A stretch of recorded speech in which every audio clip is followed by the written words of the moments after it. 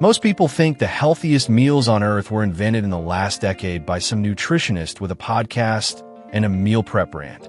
They weren't. They were written down thousands of years ago in a book most people have on their shelf and have never opened past the stories everyone already knows. Here's something most people don't know. The average person in the ancient world ate twice a day, and every single meal had to earn its place at the table. No snacking, no shortcuts. So if a food shows up again and again across 1,000 years of scripture, that's not decoration. That's proof it worked.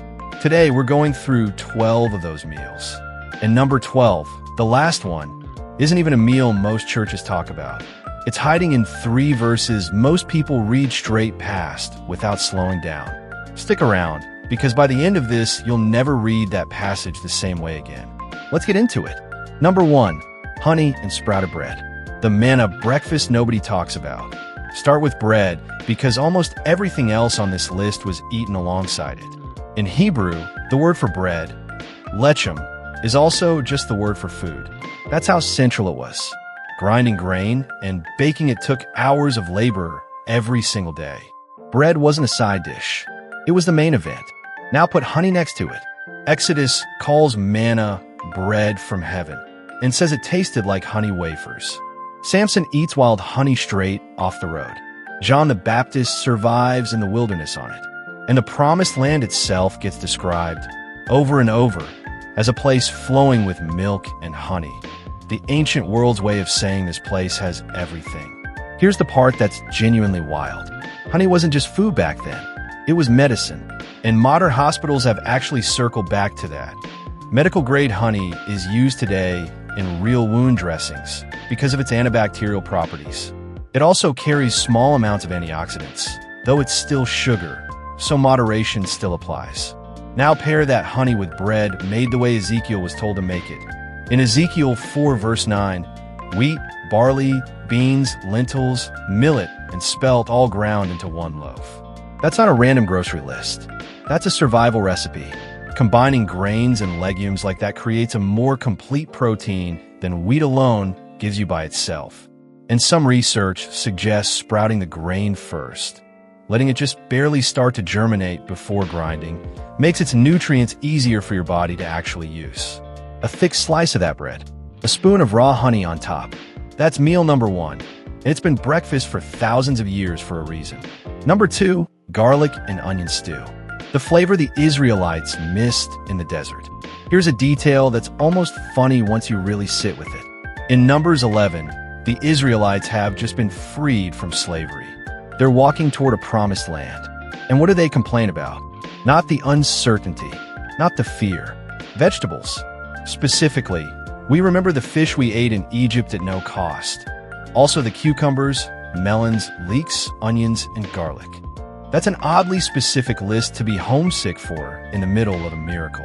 Garlic has one of the longest medical track records of any food in human history. Ancient Egyptian texts list it in dozens of remedies. And modern research has circled back to it more than almost any other food on this list. Multiple studies link regular garlic consumption to lower blood pressure and lower LDL cholesterol. There's also solid lab evidence that compounds released when you crush garlic have antimicrobial effects.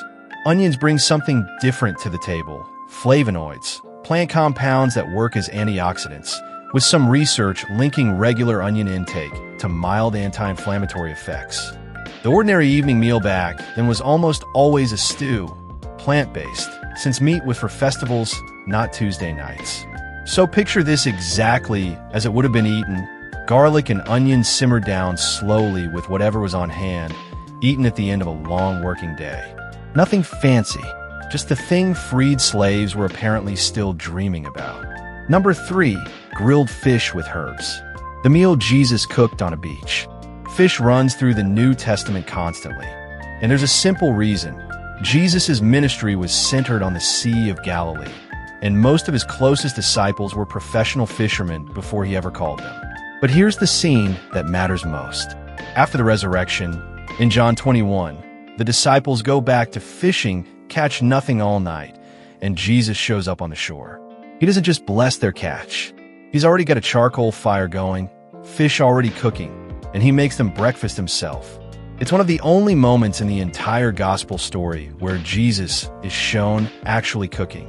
The fish common to that lake, tilapia, still nicknamed St. Peter's fish today, plus a few carp species, are lean, solid sources of protein.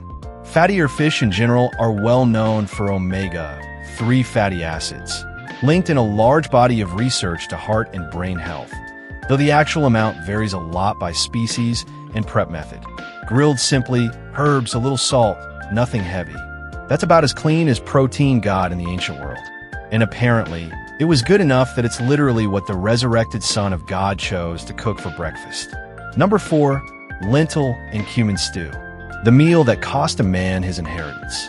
Genesis 25 has one of the most consequential meals in the entire Bible, and it's not a feast. It's a bowl of stew. Esau comes back exhausted from hunting, and Jacob offers him a trade. Give up your birthright as the firstborn son, and I'll give you this bowl of stew. Esau says yes. The text even tells us the color, red, almost certainly from lentils, which is exactly why Esau gets nicknamed Edom, meaning red. For that story to land, the stew had to be genuinely tempting enough to make a desperate man do something he'd regret for the rest of his life. And lentils earn that reputation. They're one of the most efficient plant proteins on Earth, packed with iron and fiber in one cheap, easy-to-store legume. Research consistently links fiber-rich legumes like lentils to better blood sugar control and better gut health, because that fiber slows digestion and feeds good bacteria. Add cumin, used across the ancient Near East as both a spice and a folk remedy. Some research suggests it may support digestive function, though it's far less studied than garlic. Slow-simmered, filling, cheap. Apparently irresistible enough to be the subject of one of the Bible's most dramatic warnings about acting on hunger instead of patience. Number 5, roasted quail. Staying in Numbers 11 for a second, because there's more than one food story in this chapter. After the people get tired of manna and demand meat, the response is dramatic. A wind brings in so much quail, it covers the camp roughly 3 feet deep, as far as a full day's walk in every direction. People spend an entire day and night just gathering it. Worth saying clearly, the chapter doesn't present this as a simple, happy blessing. There are real consequences tied to the complaining that triggered it. But the food itself is grounded in something real. Quail genuinely does migrate through that exact region in large flocks during certain seasons, which is part of why this story doesn't read as pure fantasy, even to skeptical historians. Nutritionally, quail is lean poultry, comparable to chicken in protein density, with solid B vitamins and iron for its size. Roasted over a fire, it solved an urgent, real problem. A massive population walking through a desert with no livestock to spare and a sudden need for protein. Number 6, goat's milk and walnuts. The Garden of Nuts snack. Song of Solomon, the most sensory book in the entire Bible, includes a line about going down into the Garden of Nuts. Most historians who've studied this believe it's referring to walnut groves, prized in the ancient world almost as highly as olive groves for the nuts and for the oil pressed from them, which was considered only slightly inferior to olive oil. Walnuts stand out nutritionally for their alpha-linolenic acid content, a plant-based omega-3 fat that's genuinely rare to find in this concentration anywhere else in the plant kingdom. Some research links regular walnut consumption to modest improvements in cholesterol, and walnuts also carry a meaningful amount of polyphenol tied to antioxidant activity. Pair that with fresh goat's milk, easier for many people to digest than cow's milk, because of a different fat and protein structure, though that varies person to person. Together, this is dense, portable fuel, exactly the kind of thing a shepherd or traveler could carry for days without it spoiling. If you're enjoying seeing scripture this way, hit like and subscribe. We've got 6 more of these coming, and number 12 is going to change how you read one specific verse for the rest of your life. Don't go anywhere. Number 7, raisin cakes. The energy bar of the ancient world. Raisin cakes show up again and again, given out as provisions to David's men in 1 Samuel, handed out during celebrations in 1 Chronicles, and called out directly in Hosea, where God specifically warns Israel against loving raisin cakes too much. You don't warn people against loving something unless it's something people genuinely, widely loved. The appeal makes total sense nutritionally. Drying grapes concentrates sugar, fiber, potassium, and iron into something shelf-stable, with no refrigeration required, solving the single biggest logistical problem every food in the ancient world had to deal with. For an army on the move or a traveler covering long distances, raisins solved that completely. They also retain a good amount of the antioxidant polyphenol found in fresh grapes, even after drying. This wasn't dessert the way we think of dessert today. This was dense, portable fuel, handed to soldiers and messengers before long journeys because you needed them to have energy you couldn't guarantee any other way. Number 8. Cucumber and melon salad. What the Israelites cried about in the desert. Back to that same complaint in Numbers 11. Remember how specific that list was. Alongside the garlic and leeks, the people specifically named cucumbers and melons, which grew constantly along the Nile, irrigated nonstop, cheap, and plentiful. That hydration angle actually matters more than it sounds.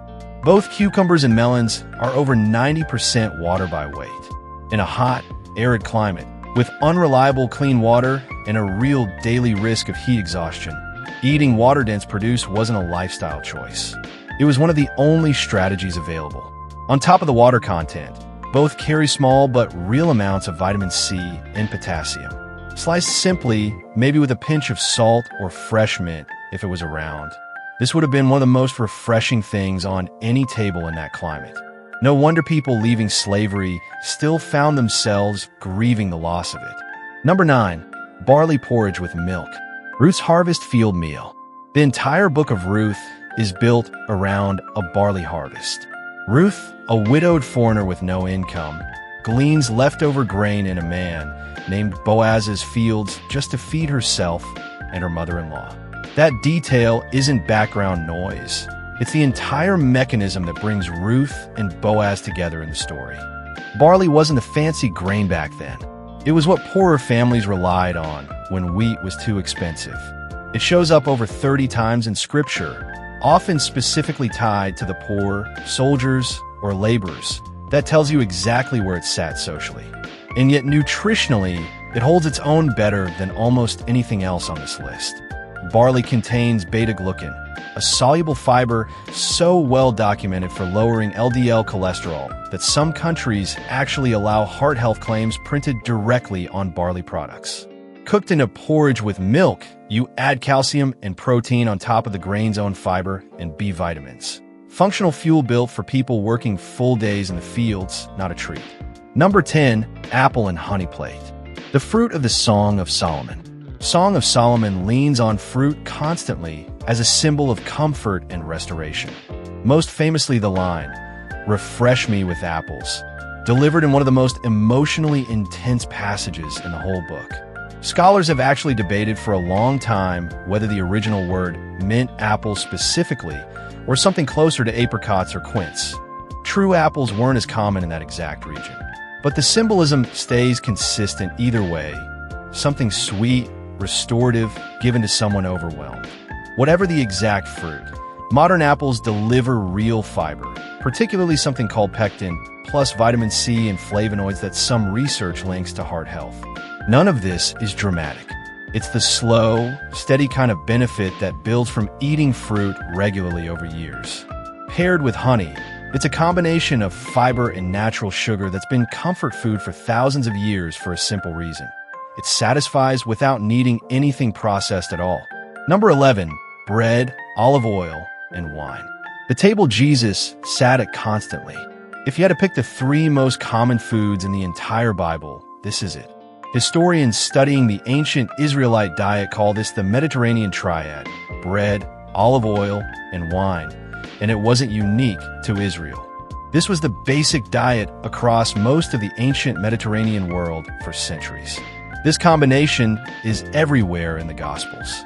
It's at the Last Supper where bread and wine become the central symbols of the entire Christian sacrament. It's at countless other meals throughout Jesus' ministry. And who he chooses to eat with is treated as almost as significant as what he says. Nutritionally, this trio covers a surprising amount of ground. Whole grain bread brings fiber and B vitamins. Olive oil is one of the most heavily studied foods in modern nutrition science, sitting at the center of the Mediterranean diet, consistently linked to cardiovascular health through its monounsaturated fat. And wine, in genuinely strict moderation, has historically been studied for potential heart benefits tied to its polyphenol content. Though it's worth being straight here, most major health organizations now say no amount of alcohol is fully risk-free, so this one's about historical accuracy, not a recommendation. For most people back then, this wasn't a special occasion. This was just what dinner looked like every single night for an entire civilization. Number 12, the 7 Sacred Foods Bowl. The meal hiding in Deuteronomy 8 verse 8. And here's the one most people read straight past without ever stopping. Deuteronomy 8 verse 8. Moses is describing the land the Israelites are about to enter, and instead of speaking vaguely about abundance, the text gets specific: a land with wheat and barley, vines and fig trees, pomegranates, olive oil, and honey. Scholars actually have a name for this exact list: the 7 species, since grapes and the wine made from them count together as one. It's one of the most precise, itemized food lists in all of Scripture. For most of history, this verse gets read as proof of agricultural fertility, and that's true as far as it goes. But look closer at what this list actually covers, nutrient group by nutrient group. Wheat and barley bring grain-based energy, fiber, and B vitamins. Grapes and figs bring fiber, natural sugar, and antioxidant compounds. Pomegranates add a concentrated source of antioxidants linked to anti-inflammatory effects. Olive oil supplies healthy fat, and crucially, fat that helps your body absorb the fat-soluble nutrients sitting in every other food on this exact list. And honey rounds it all out with fast, usable energy, whether that pattern was intentional or not. The practical result is this: 7 foods named directly in one verse, forming one of the most nutritionally complete combinations you could build from a short ingredient list anywhere in the ancient world. Build the bowl. Whole grain wheat or barley is the base. Fresh figs sliced on top. Pomegranate seeds scattered through. A handful of whole olives. A real, generous drizzle of extra virgin olive oil. A touch of honey to finish. That single bowl, sitting in a verse most people skim past on the way to something more exciting, might be one of the most balanced single meals in the entire Bible. It was there the whole time, just described as land, not medicine. 12 meals, thousands of years old. Not one of them needed a modern lab to prove it worked. They worked because people paid close attention generation after generation to what actually sustained them through hard, physical lives in difficult climates. Pick one of these, make it this week, and tell me in the comments which one you're starting with.